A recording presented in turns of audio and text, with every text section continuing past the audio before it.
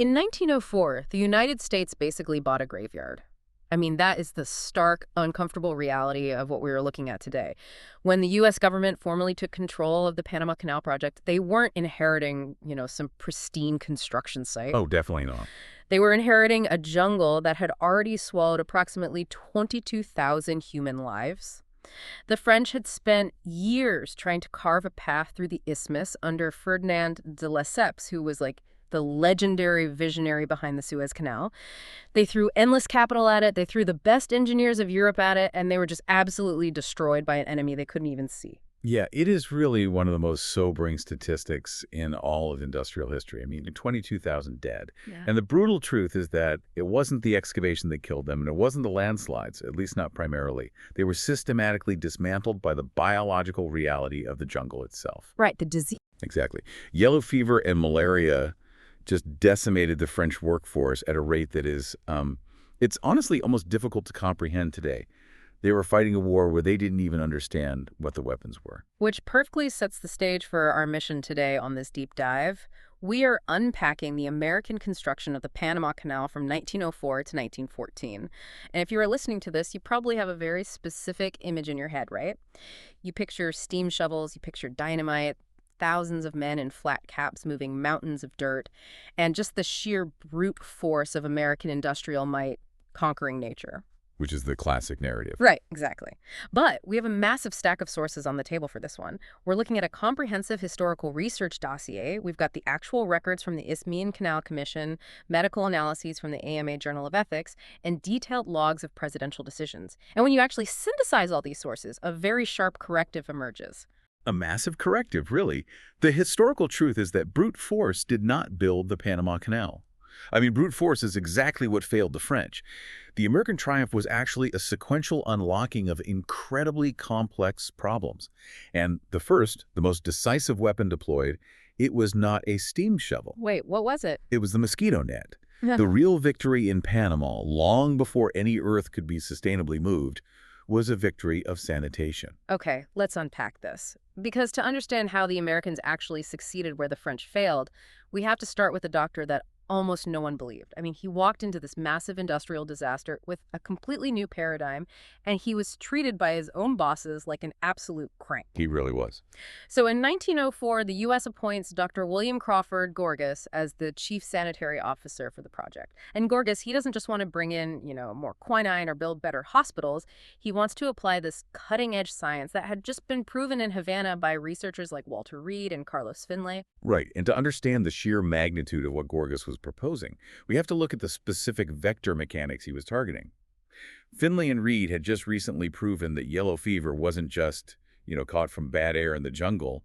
It was transmitted specifically by the Aedes aegypti mosquito. Just that one specific type. Exactly, and simultaneously you had British doctor Ronald Ross, who demonstrated that the Anopheles mosquito was the carrier for malaria. So Gorgas looked at the French graveyard in Panama and concluded that to build a maritime canal, they first had to wage a total environmental war on insects. Now, you would think, given the massive death toll they had just inherited, that the American leadership in Panama would just, hand Gorgas a blank check, right? Right. Save us, basically. We could think so. But that is not what happens at all. The canal zone governor, this guy George W. Davis, and the chairman of the Isthmian Canal Commission, Admiral John G. Walker, they actively block him. I mean, they starve him of men, they deny his supply requests, and they publicly dismiss his theories. Why on earth, when you're sitting on top of one of the deadliest stretches of land on the planet, do you reject the one guy with the actual cure? It really comes down to the immense stickiness of an entrenched scientific paradigm. Davis and Walker, they weren't stupid men. They were operating under what was called miasma theory, which had been the prevailing medical wisdom for centuries, really. Miasma, right. Yeah, miasma theory posited that diseases were caused by bad air. Literally foul-smelling vapors that would emanate from rotting vegetation, swamps, general filth. I mean, think about the word malaria itself. Oh, malaria, bad air in Italian. Exactly. Malaria. It's built into the language. So it's this massive correlation versus causation trap. From their perspective, miasma theory is highly intuitive, right? You go near a swamp, you smell the rotting vegetation, and you get sick. Therefore, the swamp gas is making you sick. They see the environment, but they don't see the microscopic parasite being injected into their bloodstream by a mosquito in the middle of the night. That's the exact friction. So when Gorgas comes to them and says, hey, we need to spend millions of dollars putting wire screens on windows and pouring oil on tiny puddles, Davis and Wachters view it as an absurd waste of government funds. Common sense told them to clear the brush, clean up the visible filth, make the town smell better. Right, sweeping the dirt. Yeah. Chasing bugs just seemed like the delusion of a fringe fanatic to them. They wanted visible, intuitive action to show Washington that they were, quote-unquote, cleaning up the zone. And that institutional stubbornness triggers an almost immediate catastrophe. Because in early 1905, just months into the American effort, the invisible killer returns. A severe yellow fever outbreak sweeps through the canal zone, and the panic is just absolute. The sources detail how approximately 500 American administrators and engineers, the very people meant to lead the project. The essential staff, yeah. Right, they just drop everything, rush the docks, and flee the isthmus on the next boats out. The entire American endeavor is suddenly teetering on the exact same precipice that destroyed the French. The workforce is terrified, the engineering progress just completely halts, and the Isthmian Canal Commission does what panicked bureaucracies usually do in a crisis. They look for a scapegoat. Exactly. Yeah. They formally request that President Theodore Roosevelt fire Dr. Gorgas. They blame him for chasing insects, while the workforce is literally dying. This right here is the absolute hinge point of the 20th century. Because, okay, it's like trying to put out a massive house fire and the fire chief is running around taking away everyone's matches while the mayor is screaming at him to just use water on the flames. Gorgas was attacking the source of the fire, the mechanism, the vector, not just the symptoms. He knew that pouring water on the flames wouldn't stop new fires from starting as long as the matches were still out there. That's a really great way to put it. And so Roosevelt is sitting in Washington, presented with a demand from his own appointed leadership to fire the fire chief. Why is it that in moments of crisis, we so often want to fire the very person who actually understands the problem? It's human nature to want to attack what you can see. And it requires immense political courage to back a counterintuitive scientific theory over your own executive board during a literal crisis. But Roosevelt, he actually consulted with his personal physician and other medical experts who vouched for the Havana mosquito experiments. So he did his homework. He did. And understanding that Gorgas was actually attacking the root cause, Roosevelt makes a highly unpopular decision. He not only refuses to fire Gorgas, but he completely restructures the commission and gives Gorgas the resources he had been begging for. He essentially hands him a dedicated workforce of roughly 4,000 sanitation workers. Let's run a quick thought experiment on that exact moment. What if Roosevelt bows to the pressure? What if he fires Gorgas and brings in, like, a miasma loyalist to just clear brush and spray perfume on the swamps? Oh, if that happens, the American project just completely mirrors the French catastrophe. The mortality rate climbs, the political will in Washington collapses under the weight of the scandal, and the canal project is almost certainly abandoned. Wow. You're talking about halting global maritime progress for decades, delaying the integration of the Pacific and Atlantic economies, and fundamentally altering the strategic naval capabilities of the United States heading into the world wars. The geopolitical map of the 20th century basically hung on Roosevelt's willingness to trust the biology of a tiny insect over the intuition of his admirals. But Roosevelt makes the right call. He gives Gorgas his 4,000 men, which immediately transitions the problem from a medical debate into a staggering logistical nightmare. Because knowing that mosquitoes carry the disease is one thing, actually sanitizing a jungle environment the size of the canal zone is another entirely. How do you even wage a war against a billion tiny flying enemies? You have to dismantle the reproductive cycle at a massive environmental scale. Gorgas didn't run a medical clinic, right? He ran a military-grade eradication campaign. He divided Panama City and Cologne into strict, manageable districts. He dispatched teams to physically alter the lived environment of every single human being in the zone. And the tactics were incredibly aggressive. First, they went after the adult mosquitoes that were already living inside human dwellings. They instituted this massive fumigation campaign. They used pans of sulfur and pyrethrum to gas the interiors of basically every building. And we should really clarify the chemistry there because the choices were very deliberate. Pyrethrum is a natural insecticide.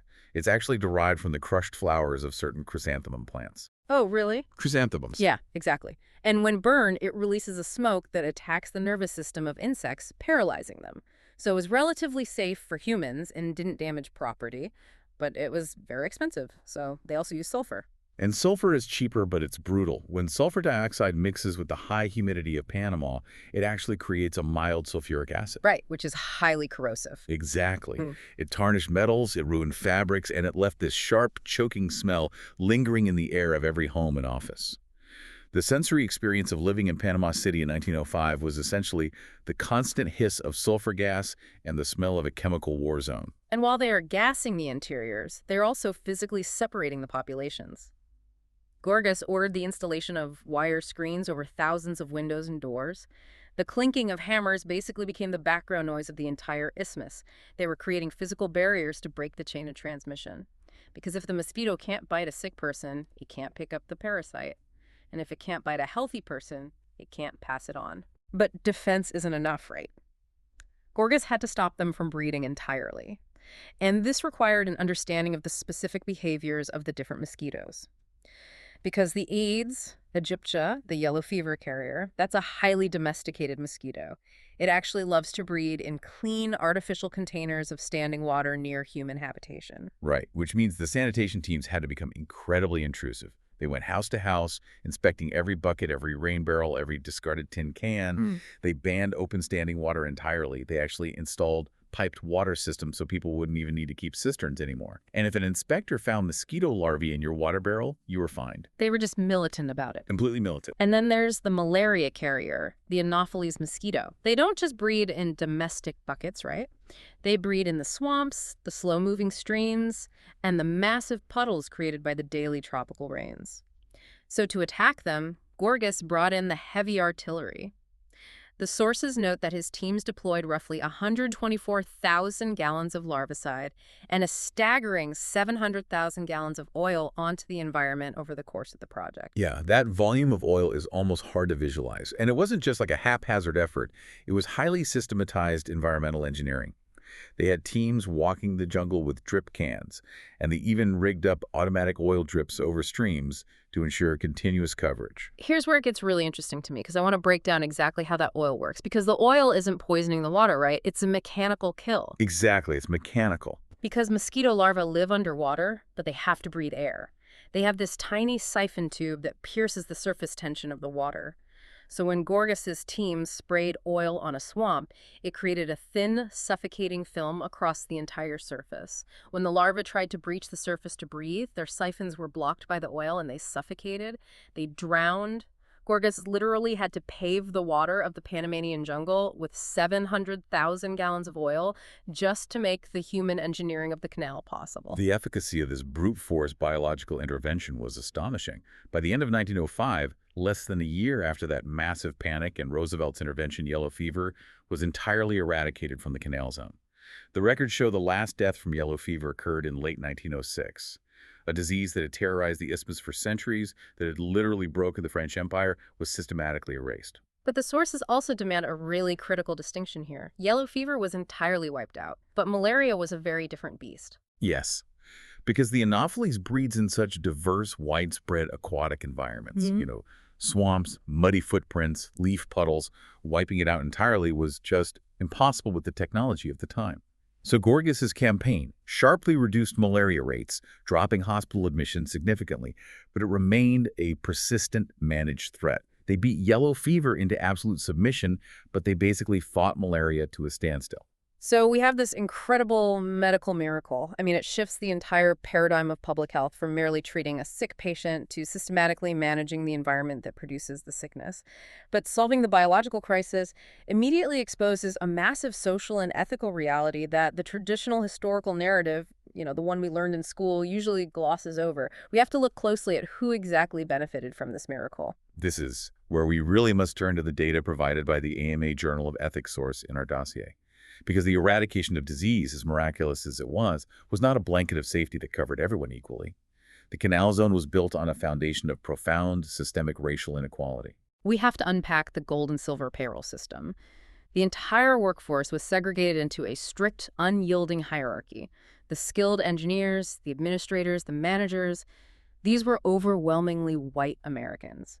They were paid in gold-backed U.S. dollars, so they were designated as the gold roll. And forming the massive base of this labor pyramid were the manual laborers.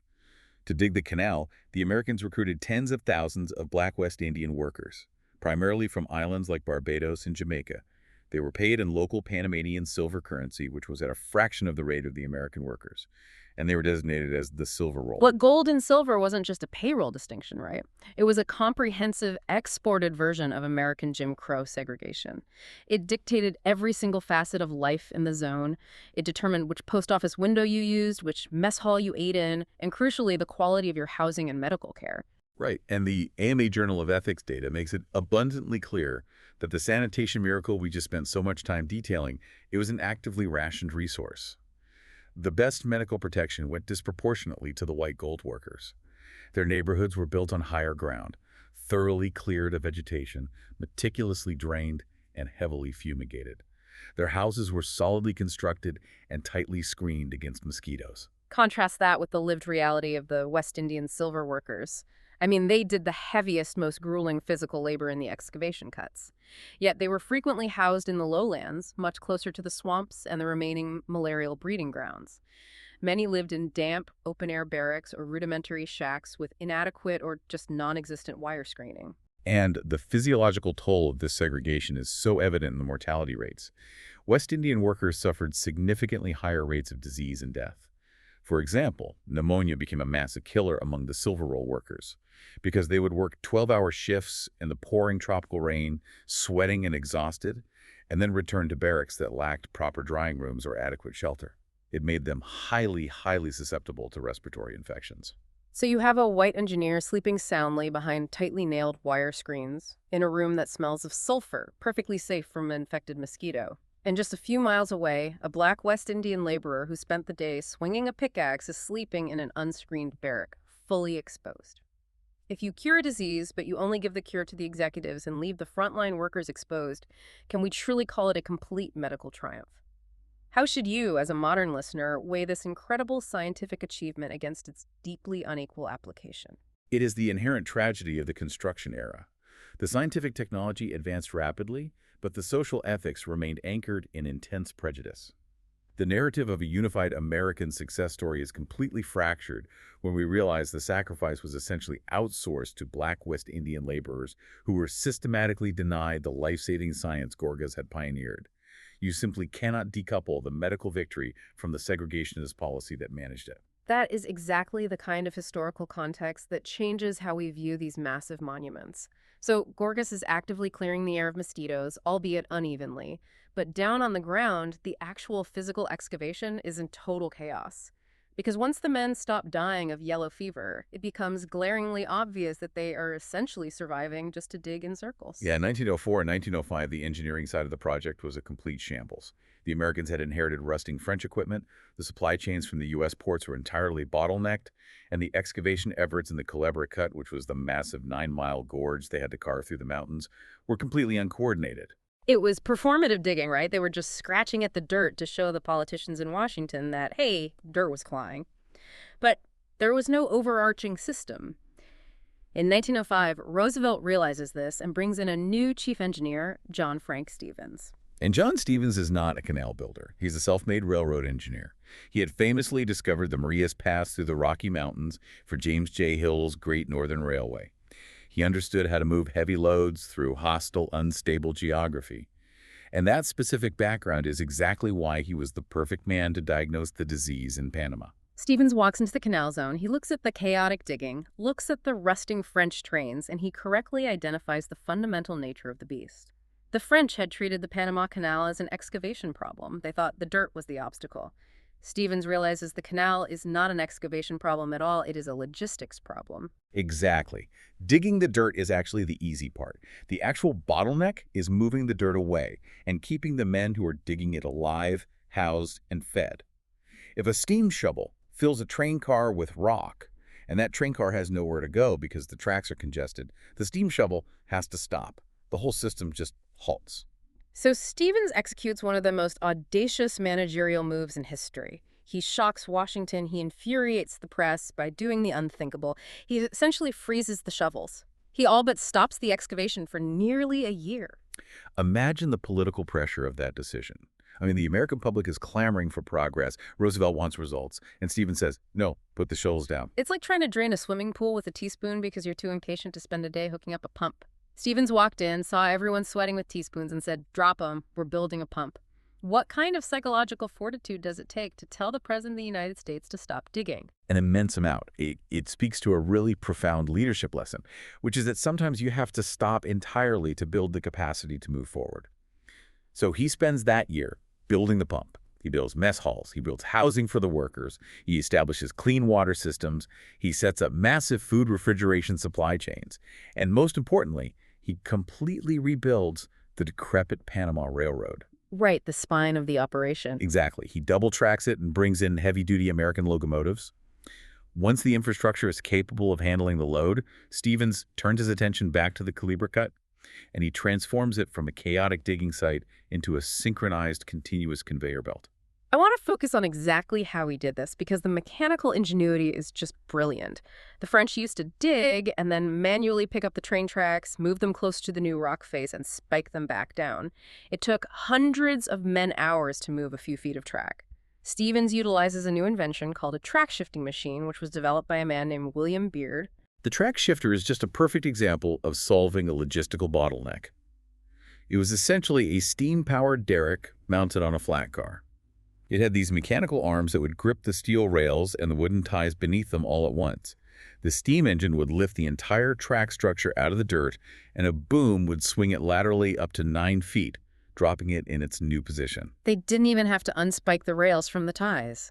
One machine with a tiny crew could shift miles of track in a single day, constantly keeping the empty train cars pressed right up against the steam shovels as the excavation dug deeper and wider. It created this visceral ballet of heavy machinery.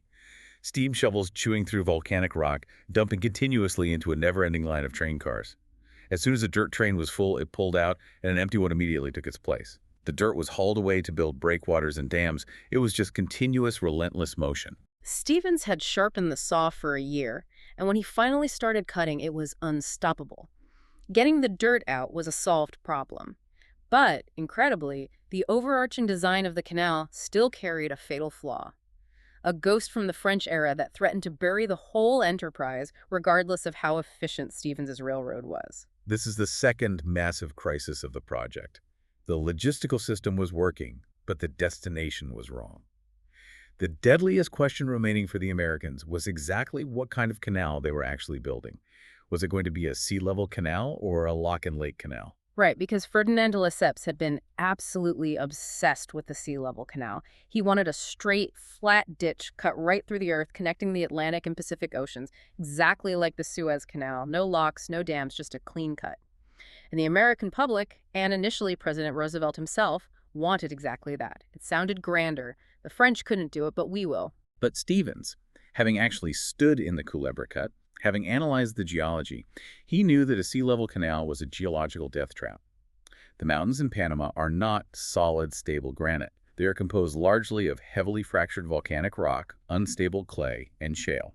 It's all about the angle of repose, right? If you try to dig a ditch down to sea level through a mountain range, which means digging hundreds of feet deep, the steep sides of the mountain lose their structural integrity. When the torrential tropical rains hit that exposed clay, it basically turns to grease. Entire sections of the mountain will simply detach and slide into the cut. Exactly. Stevens realized that if you try to dig down to sea level, the landslides will be endless and uncontrollable. You would be digging forever. It would be a multi-billion-dollar grave. Yeah. You simply cannot bully that specific geography into a straight ditch. So in May and June of 1906, John Stevens travels to Washington, D.C. to lobby a wavering President Roosevelt. He has to convince the president to abandon the glory of the sea-level dream and embrace a much more complicated but actually achievable lock-and-lake design. And you can almost hear how this conversation went down in the Oval Office. Actually, let's do a dramatized illustration of this to put you right in the room. Roosevelt wants the glory of a sea-level cut. Stevens has to talk him out of it. So Stevens essentially tells him, he says, "Mr. President, the French are buried out there for a reason. If you dig to sea level through that divide, the mountain comes down on top of you year after year. You'll spend a fortune and a generation, and you will never finish the job." And when Roosevelt asks about the alternative, Stevens pitches the ultimate geographic judo. He says, don't fight the violently unpredictable Chagres River, damn it. We drown the valley, we float the ships up 85 feet on an artificial lake, sail them across, and lower them down the other side. We don't fight the river, we put it to work. That argument won the day. Roosevelt was persuaded by the sheer pragmatism of the lock and lake design. On June 29, 1906, it officially became law. Which is a profound philosophical shift in how we interact with the planet. The French approach was an attempt to force nature to conform entirely to human will. We want a ditch here, so we will cut a ditch, geography be damned. It was arrogant. Stevens's approach was to harness nature. It requires a level of humility. You cannot outstubborn a flooding river or an unstable mountain. You have to understand its physics and redirect its energy. So what does this all mean for how we approach impossible tasks today? We always think about pushing through an obstacle, but Stevens figured out how to make the obstacle do the heavy lifting. It is a complete masterclass in working within an environment's constraints rather than ignoring them. You take your greatest obstacle, the Chagres River, which used to wipe out French equipment in massive flash floods, and you turn it into your primary engine. So Stevens had designed the perfect machine. He solved the logistics, he solved the geography, and he set the exact path to completion. But the relentless pressure of doing all of this, the politics, the climate, the sheer scale of responsibility, it completely burned him out. It really did. In early 1907, having built the engine and confirmed that the lock and lake plan was viable, John Stevens abruptly resigned. He was exhausted. He had told Roosevelt he would stay until he could confidently predict success, and he felt he had reached that point. And Roosevelt is furious. But he also realizes a crucial managerial flaw. He cannot afford to hire another civilian engineer who might just quit when the pressure gets too high. He needs someone who is legally prohibited from quitting. He needs the military. Right, so in 1907, Roosevelt hands the entire canal project over to the U.S. Army Corps of Engineers, specifically appointing Colonel George Washington Goethals as the new chief engineer. Enter the autocrat. Goethals is not an eccentric railroad pioneer like Stevens. He is a stern, disciplined soldier, and he brings absolute military order to the canal zone. Goethals' job wasn't to invent the system. Stevens had already done that. Goethals' job was relentless, uncompromising execution. He had to oversee the pouring of the massive Gatun locks, which, at the time, were the largest concrete structures on Earth. He had to finish the Gatun Dam. The scale of the concrete work is almost hard to comprehend. The locks are 1,000 feet long and 110 feet wide, designed to hold ships the size of the Titanic. To build them, Goethals oversaw the construction of massive, purpose-built overhead cableways. These aerial tramways moved buckets carrying tons of concrete through the sky, dropping it precisely into the giant steel lock molds. It was an industrial symphony. And the brilliance of Stevens' design was fully realized under Goethals' execution. Because remember the Chagres River they dammed? That flooding river was now being used to generate the hydroelectric power that actually operated the massive lock gates. The mechanics of the locks are incredible. They didn't even use massive pumps to move the water. They used gravity. Yep, just gravity. The water from Gatun Lake flowed down through massive concrete culverts, some 18 feet in diameter, large enough to literally drive a train through, built directly into the walls and floors of the locks. By opening and closing these huge stony gate valves, they allowed gravity to fill or empty the lock chambers, lifting or lowering the ships. And the massive steel lock gates were hollow and buoyant, which reduced the strain on the electric motors that swung them open and closed. The environment was literally powering its own conquest. It's brilliant engineering. And to manage the immense workforce required for this execution, Goethals instituted an interesting management tool called Sunday Court. Every Sunday morning, he would open his office, and any worker on the canal, regardless of rank, could walk in and bring a grievance directly to him. It could be, a dispute with a foreman over a danger zone, a complaint about food quality, or an issue with housing assignments. Goethals would listen and adjudicate the issue on the spot. Which sounds incredibly progressive, almost democratic for a military dictator of a construction zone. But again, the historical context requires us to view this accurately. As brilliant a management tool as Sunday Court was for venting pressure and maintaining workforce morale, our sources note that it operated strictly within the rigid boundaries of the segregated gold and silver order we discussed earlier. Right, so a West Indian silver worker could use Sunday Court to complain that his specific foreman was abusive, but he absolutely could not use Sunday Court to challenge the systemic inequality of his pay scale, or the fact that his housing was vastly inferior to the white American workers. The redress was real, but its parameters were firmly dictated by institutional racism. Goethals kept the massive machine running. He oversaw the pouring of millions of cubic yards of concrete, he finished the Gatun Dam, and he managed the endless, agonizing landslides that continued to plague the final clearing of the Calibre Cut. And finally, after 10 years of American effort, the canal officially opened to traffic in August of 1914. The timing of that opening is one of history's great dark ironies. I mean, the Panama Canal, the world's greatest engine of global connection, the most optimistic geographical project ever conceived, opens its locks in August 1914, the exact same month that the guns of August fire in Europe and World War I begins. The triumphant realization of a centuries-old maritime dream was completely overshadowed in the global press by humanity deciding to tear itself apart in the trenches. But if we look just at the achievement in the zone, we see the synthesis of the three distinct leadership styles we've explored today. So what does this all mean? When we look at the whole picture, Goethals is the one who gets to cut the ribbon. He gets his photo taken next to the concrete colossus. But Goethals was merely driving the train that John Stevens built, and he was running that train on tracks that Dr. William Gorgas made safe to walk on. It was a sequential unlocking of impossibilities. Gorgas unlocked the biological lock by defeating yellow fever. Stevens unlocked the geographical and logistical lock by freezing the shovels, building the railroad, and championing the dam. Goethals unlocked the execution lock through relentless military discipline. You remove any one of those three men, and the canal is likely never finished. Which brings us back to you, the listener, and the story you probably brought into this deep dive. We started with the popular myth. The myth of steam shovels, dynamite, and sheer American muscle conquering the dirt. But diving into the historical records reveals a truth that is much more complex, much more subtle, and ultimately much more impressive. The jungle was not conquered by brute force. Brute force was tried by the French, and it left 22,000 dead in the mud. The jungle was beaten by understanding it. It was beaten by a doctor who stared down his own bureaucratic bosses to chase microscopic parasites and oil the waters.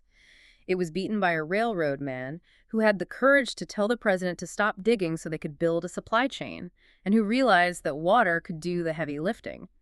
It was beaten by an army engineer who poured the concrete and harnessed a violent river to lift ships into the sky. And fundamentally, we must remember the cost borne by the West Indian silver roll workers, who bled and sweated into that soil under a segregated system, bearing a physical toll that was deeply unequal to the protections they were afforded. We have to hold all of those truths at once. The genius of the engineering and the stark reality of the injustice, the triumph of the science and the stubbornness of the old dogmas. We traditionally celebrate the canal as a triumph of mankind conquering nature, but when you look closely at Gorgas permanently altering the biological landscape with oil and fumigation, and when you look at Stevens literally moving rivers to drown valleys and create massive artificial lakes, it leaves us with a final thought to mull over. What's that?